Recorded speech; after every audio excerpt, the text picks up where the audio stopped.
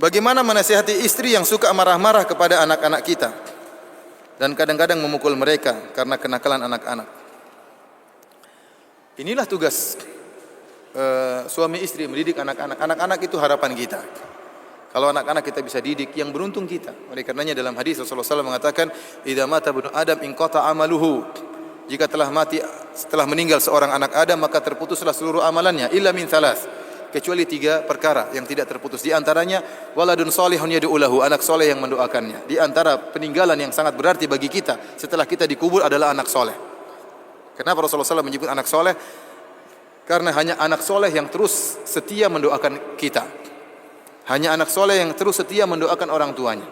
Antum punya istri, iya. Antum punya kakak, antum punya adik. Yang mendoakan kita cuma 2 orang. Orang tua kita sama anak kita. Namun kebanyakannya orang tua kita lebih meninggal terlebih dahulu daripada kita. Iya atau tidak? Kebanyakan orang tua kita lebih dahulu meninggal. Tinggal istri kita, anak kita, teman-teman kita, kakak kita. Antum saja jujur coba. Ada teman-teman antum yang meninggal, sama-sama teman ngaji. Berapa banyak antum doakan dia? Paling waktu dia meninggal aja antum doakan. Selanjutnya antum tidak doakan, kecuali terkadang kita sebut nama dia, yo kasihan rahimahullah, semoga Allah rahmati dia. Tetapi mendoakan dalam sujud, dalam salat tidak pernah. Kita jujur aja, kita tidak melakukan seperti itu. Ustaz antum doakan atau tidak? Mungkin lupa antum tidak doakan. Artinya yang kita bisa harapkan doanya anak kita. Istri kita mungkin doakan kita, mungkin. Tapi kalau dia kawin lagi sudah mungkin dia lupa.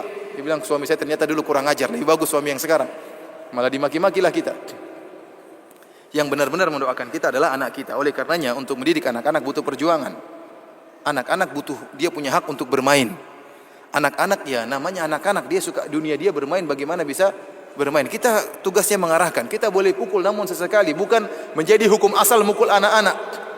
Bukan menjadi hukum asal mencak-mencak sama anak-anak. Anak-anak yang dididik dengan cara seperti ini akan buruk suatu saat. Dia akan ingat, bapak saya, ibu saya selalu mukul-mukul saya. Dia malas doain kita kalau begitu caranya. Dia malas enggak mau doain kita. Kalau sudah besar dia tidak berbakti sama kita. Kenapa? Karena cara didik kita dibangun di atas marah-marah dan emosi. Kita boleh marah, tidak dilarang, boleh mukul anak-anak boleh, namun itu bukan hukum asal. Asalnya kita lembut. Dan kalau kita pun marah, kita panggil dia. Tahu kenapa ayah mukul kamu? Kenapa ayah hukum kamu? Sampai dia mengaku dia yang salah. Kamu ada salah enggak? Oh enggak, bapak yang salah. Oh ini kurang ajar kan. Tapi anak-anak insya Allah kalau kita ajak baik-baik dia akan ngerti kamu salah enggak. Dengan lembut-lembut. Sehingga dia tahu dia dihukum karena dia bersalah dan ayah sayang sama dia maka dihukum. Bagaimana kita menanamkan bahwasanya hukuman yang kita berikan karena sayang kepada dia. Itu harus ditanamkan kepada anak-anak. Tapi kalau anak-anak sering dimarahin, kasihan nanti dia tidak berakhlak. Anak-anak kalau sering dimarahin, dia tidak berakhlak di rumah dan di luar juga tidak berakhlak. Bagaimana antum mengharapkan anak antum menjadi anak yang soleh sementara setiap hari antum marahin, antum pukulin? Oleh bertakwalah para ibu-ibu ya. Ya, kalau emosi sama suami jangan anak jadi bulan-bulanan.